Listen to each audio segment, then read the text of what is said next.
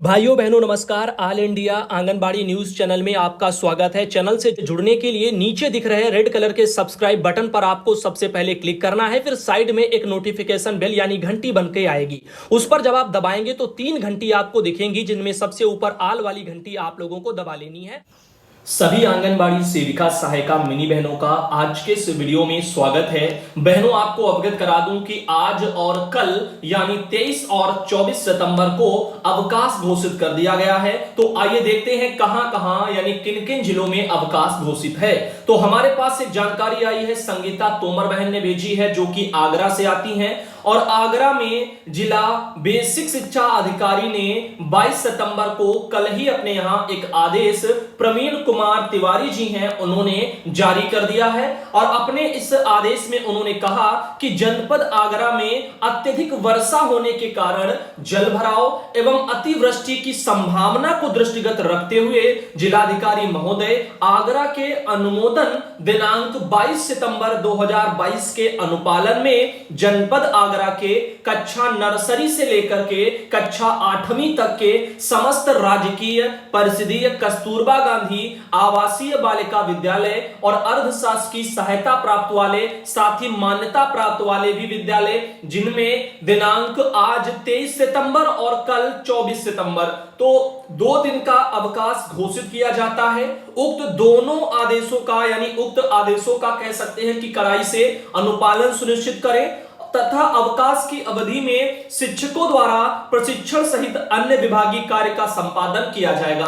तो देखो यहां पर कहां से लेकर के नर्सरी से लेकर के कक्षा जो है 8 तक के विद्यालय बंद रहेंगे आगरा में। इसका आदेश जो है जिला बेसिक शिक्षा अधिकारी ने भी जारी कर दिया। वहीं एक और आदेश आया है जिसको वीना यादव बहन है, अलीगढ़ से आती हैं, उन्होंने भेजा है। और इस आदेश में आप देख सकते हो कार्यालय जिला बेसिक शिक्षा अधिकारी अलीगढ़ के 22 सितंबर को उन्होंने भी कल एक आदेश सत्येंद्र कुमार जी हैं, उनके द्वारा आदेश जारी कर दिया गया। इस आदेश में उन्होंने कहा कि जनपद में अत्यधिक बारिश के कारण जल भराव की एवं अतिवृष्टि की संभावना को दृष्टिगत रखते हुए जिलाधिकारी महोदय अलीगढ़ के आदेशानुसार जनपद के कक्षा नर्सरी से लेकर के कक्षा 12 तक के संचालित समस्त बोर्डों के राजकीय परिषदीय और अर्धशासकीय सहायता प्राप्त मान्यता प्राप्त जो विद्यालय हैं उनमें दिनांक 23 सितंबर और 24 सितंबर यानी आज और कल अवकाश घोषित किया जाता है। उक्त आदेशों का अनुपालन कड़ाई से कराना सुनिश्चित करें। तो आपने देखा अलीगढ़ में वीना यादव बहन ने जानकारी भेजी और आगरा से संगीता तोमर बहन ने जानकारी भेजी। दोनों जिलों में, ये उत्तर प्रदेश के ही जिले हैं, इन दोनों जिलों में जो है जल भराव और अतिवृष्टि के कारण जो है क्या हुआ, भारी वर्षा के कारण वहां पर अवकाश घोषित है आज और कल।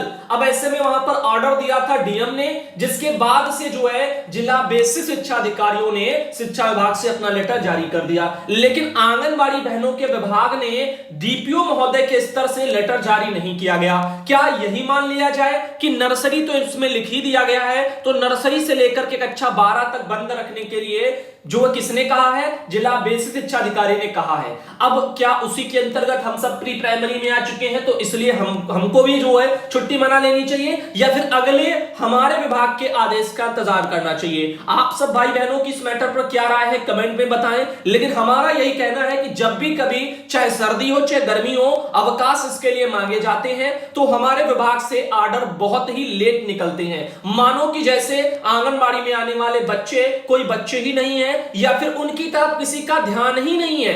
इसीलिए जब भी छुट्टियां होती हैं तो इस कदर होती है कि उन बच्चों की तरफ कोई फोकस नहीं करता और इसीलिए आंगनबाड़ी केंद्रों का जिक्र नहीं होता।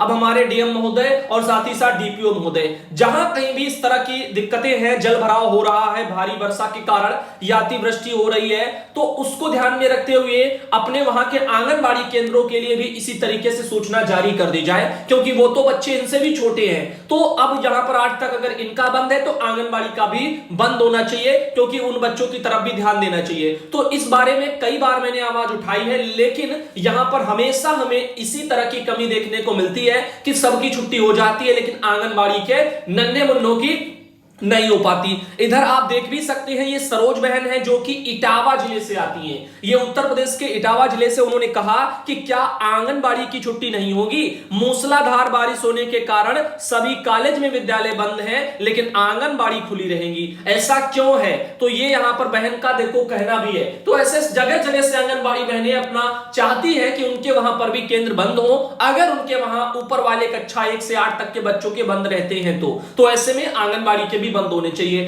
अब ये यहां पर कह सकते हैं कि लापरवाहियां हैं जो अधिकारियों के स्तर से है, क्योंकि अब आप खुद से सोचो, कक्षा 1 वाले, 2 वाले, 3 वाले यानी लेकर के 8 वाले, ये बच्चों को अगर वर्षा की दिक्कत हो रही है, इनको सर्दियों में दिक्कत होती है, इनको गर्मियों में भी दिक्कत होती है, लेकिन इन्हीं के साथ इन्हीं के छोटे मोटे जो भाई हैं जो पढ़ते हैं, जो कि आंगनबाड़ी केंद्रों में पढ़ते हैं 3 से लेकर के 6 साल के मात्र, अब उन बच्चों के लिए ना उनको गर्मी लगती है, ना उनको सर्दी लगती है, ना ही वर्षा में वो उनको उससे दिक्कत होती है। तो पता नहीं है विभाग की मंशा कैसी है जो इस ओर ध्यान नहीं देते हैं। ऐसे कामों में छुट्टियां ना देना अपने आप में लापरवाही का घोतक है, क्योंकि अगर बच्चा जाएगा जिस उद्देश्य के साथ में बड़े बच्चों की छुट्टियां की गई हैं, उस उद्देश्य के साथ में अगर इनके साथ कुछ हो गया तो फिर उसका जो है यहां पर परिणाम आप जानते हैं सामने क्या आएगा।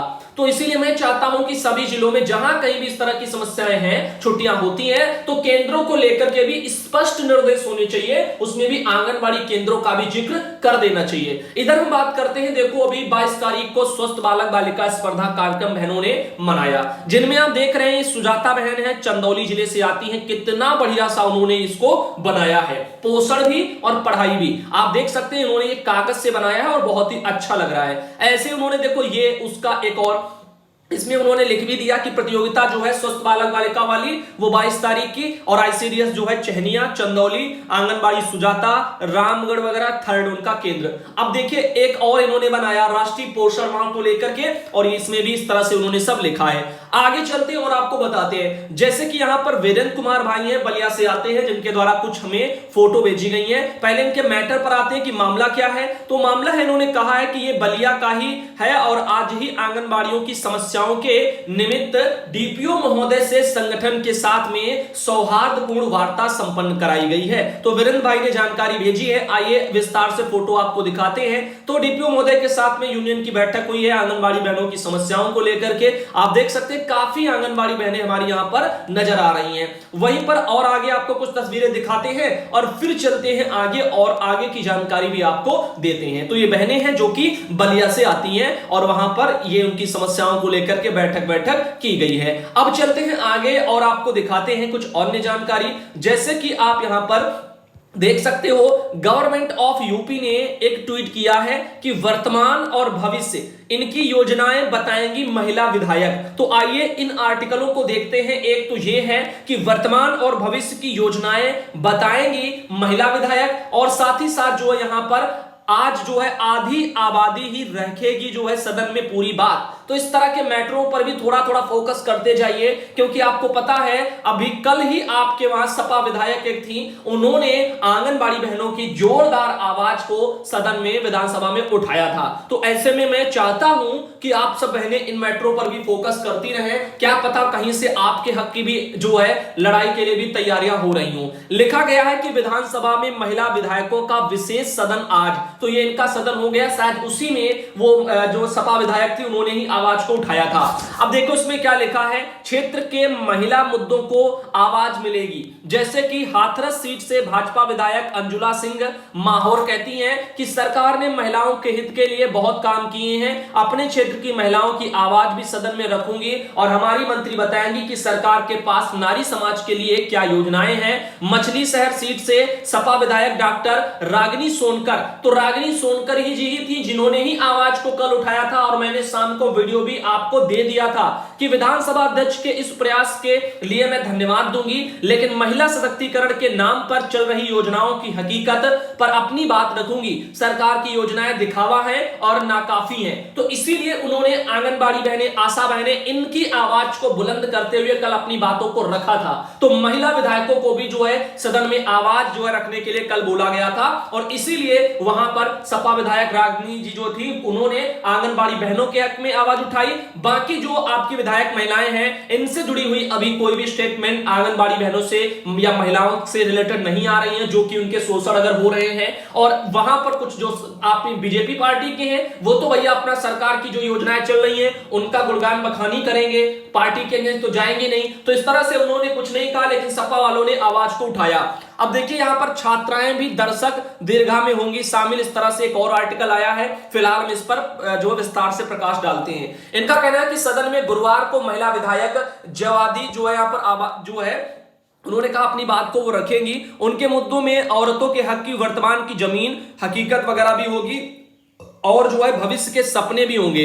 अपनी बात रखने के लिए मिलने वाले 3 से 8 मिनट में विभिन्न नियमों के तहत सरकार की योजनाओं को धरातल पर परखेंगी भी और उससे जरूरी बदलाव के सुझाव भी देंगी। बुधवार को सदन के बाद ही वे जो है यहां पर गुरुवार की तैयारियों को फाइन ट्यून करना इन्होंने शुरू भी कर दिया है। खीरी की श्रीनगर सीट की विधायक मंजू त्यागी नारी सशक्तिकरण के इर्द गिर्द ही अपनी बात जो है रखना चाहती है। वह कहती है कि सामान्यतः महिलाओं को अपनी बात रखने का वक्त कम ही मिलता है। जब बात रखने का मौका मिलेगा तो हम बताएंगे कि सरकार ने क्या क्या काम किए हैं और इन योजनाओं से महिलाओं की दशा में क्या परिवर्तन आए हैं। वहीं भाजपा की रायबरेली सदर सीट से एमएलए अदिति सिंह कहती हैं कि हम सभी की बात हम रखेंगे और हमारे मुद्दों में भी जो है तो सभी कुछ है। जबकि कांग्रेस के विधानमंडल दल की नेता आराधना मिश्रा कहती हैं कि महिलाओं के लिए 33% आरक्षण की बात होगी। वह कहती हैं कि किसी समस्या का प्रभावित जो है यहाँ पर पक्ष महिला ही होती है, ऐसे में हर मुद्दे पर बात होगी, फिर चाहे वह कानून व्यवस्था की दिक्कत हो,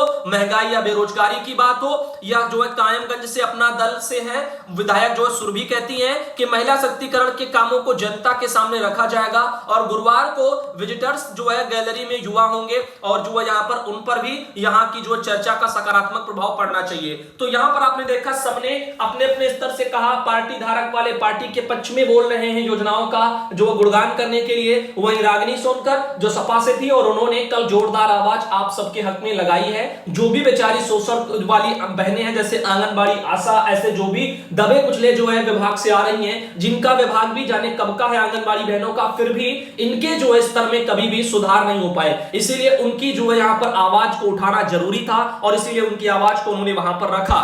इनका कहना है कि सदन की विजिटर गैलरी में भी केवल महिलाएं की ही जो है एंट्री रहेगी। स्कूली छात्रों समेत समाज के अलग अलग क्षेत्रों की महिलाओं को सदन की कार्रवाई देखने के लिए आमंत्रित किया गया है। कार्रवाई में सीएम योगी और नेता प्रतिपक्ष अखिलेश यादव भी मौजूद रहेंगे। विशेष अभियान के लिए योगी ने सभी महिला सदस्यों को पत्र लिख करके महिला सशक्तिकरण की दिशा में उठाए गए कदमों की जानकारी भी दी थी। अब आगे देखते हैं क्या होता है। अब वैसे तो आवाज उठाने के लिए जो है जोरदार जो है स्वागत है रागिनी जी का कि उन्होंने कल आवाज को उठाया। इधर देखिएगा दर्शक दीर्घा में भी सिर्फ महिलाएं रहेंगी, तो ये परिषद में दोपहर बाद बोलेंगी महिला एमएलसी। इस तरीके से यहां पर भी एक ये जानकारियां देखने को आपको मिल रही हैं। वहीं पर आगे ले चलते हैं। इसमें देखिए यूपी विधानसभा गुरुवार को नया इतिहास रचेगी। इस दिन सदन में पूरी बात केवल महिलाएं ही रखेंगी। पुरुष सदस्य केवल श्रोता के तौर पर कार्रवाई का हिस्सा बनेंगे। दर्शक दीर्घा से लेकर के विधानसभा मंडप के भीतर कार्रवाई को लिपिबद्ध करते हुए स्टाफ तक महिलाएं ही रहेंगी। विधानसभा के अधिष्ठाता मंडल में जो है महिला सदस्य के तौर पर मंजू जो है आपकी शिवाज शामिल रहेंगी। इस तरह से सब चीजें यहाँ पर दिखाई जा रही है। फिलहाल के लिए आगे फिर से अगर आवाज कहीं लगाई जाएगी तो बहनों आपको जरूर दिखाएंगे। इधर ये सरला बहनें बाराबंकी से आती है, कुछ बहनें हैं आइए उनकी तरफ देखते हैं। कविता गाजीपुर से आती हैं, ये है मुन्नी देवी आजमगढ़ से आती हैं और ये है और राधा जो औरैया से आती हैं। साथ ही मधु फतेहपुर से आती हैं और इनके अलावा अनीता यादव रामपुर से आती हैं। ये सुधा सिद्धार्थ नगर से आती हैं और ये है विरमा निषाद अम्बेडकर नगर से आती हैं। ये उमा श्रीवास्तव सीतापुर से आती हैं और ये है सीता जौनपुर से आती हैं और इनके अलावा देववती जो पीलीभीत से आती हैं और सविता प्रयागराज से आती हैं और ये सुमन देवी जसपुर से आती हैं। साथ ही साथ ये है सरला रानी बिजनौर से आती हैं और इनके अलावा ये है कमलेश जो फतेहपुर से आती हैं और ये है माया जो कौशाम्बी से आती हैं। और आज का ये दोस्तों वीडियो यहीं तक रखते हैं। अगले वीडियो में आप सब भाई बहनों को हम फिर मिलते हैं। अभी के लिए धन्यवाद।